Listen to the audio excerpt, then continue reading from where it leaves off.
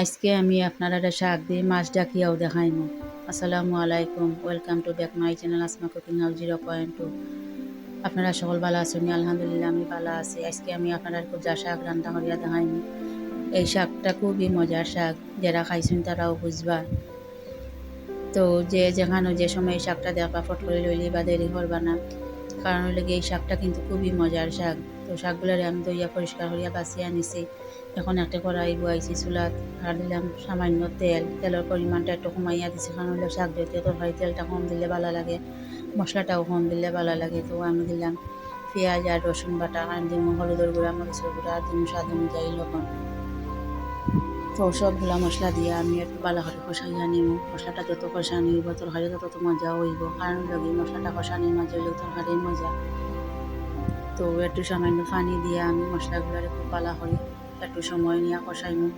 আর চুলার আগুনটা একটু কমাইয়া রাখুন, কারণ কম আগুন দিয়ে মশলাটা বাজলে জ্বলতো নাই।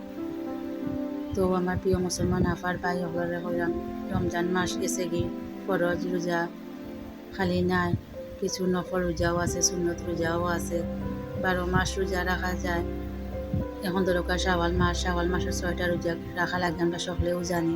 আর এই রোজা 6টা রাখলে আল্লাহ তাআলা আমরা 12 মাস রোজা রাখার নেকি দান করেন। আর শাওয়ালের রোজা ছাড়াও আছে প্রত্যেক 7টা সোমবার আর বৃহস্পতিবার। এই 2 দিন আমাদের প্রিয় নবী মুহাম্মদ সাল্লাল্লাহু আলাইহি ওয়াসাল্লামের রোজা রাখছেন। এই রোজা রাখাগুলা সুন্নত। আর আছে দরকার ইয়ামে বিচর রোজা, প্রত্যেক চান্দর মাসের 13, 14, 15 এই 3 দিন রোজা রাখা লাগে, আমাদের নবী দিয়ে রাখছেন।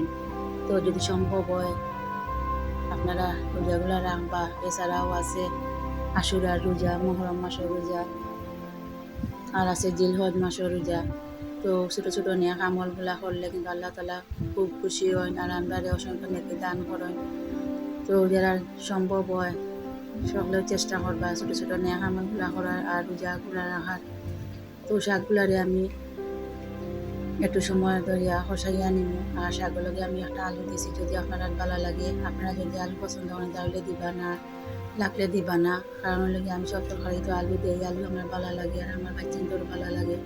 মাছগুলারে আমি ভাজি আনিছি, বাজার দেখাইলাম না আপনারা। এখন আমি মাছগুলা দিলাম, দিয়া একটু সময় জাল করিয়া নিব, আর লগে একটু পানিও দিব।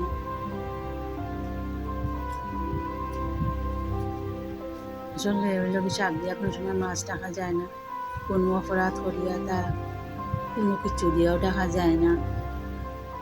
তো আপনারা যদি কোনো সময় শাক দিয়া মাছ ডাকতে পারেন তাহলে অবশ্যই আমার কমেন্টে জানাইবা। আর আমার ভিডিওটা যদি ভালো লাগে আপনার কাছে তাহলে অবশ্যই লাইক, কমেন্ট আর শেয়ার করবা।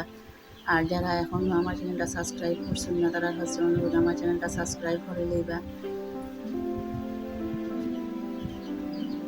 তো আমি পানি দিলাইছি, এখন কিছু সময় জাল হইয়া নিব। এখন আমি দিব কয়েকটা কাঁচামরিচ। কাঁচামরিচটা দিয়ে আমি আর একটু সময় জাল হইয়া নিব।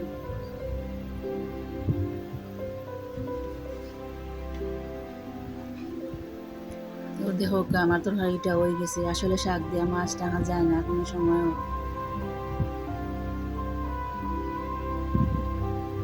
এটা একটা প্রবাদ বাক্য, আসলেও হাসা কথা, শাক দিয়ে মাছ টাকা যায় না।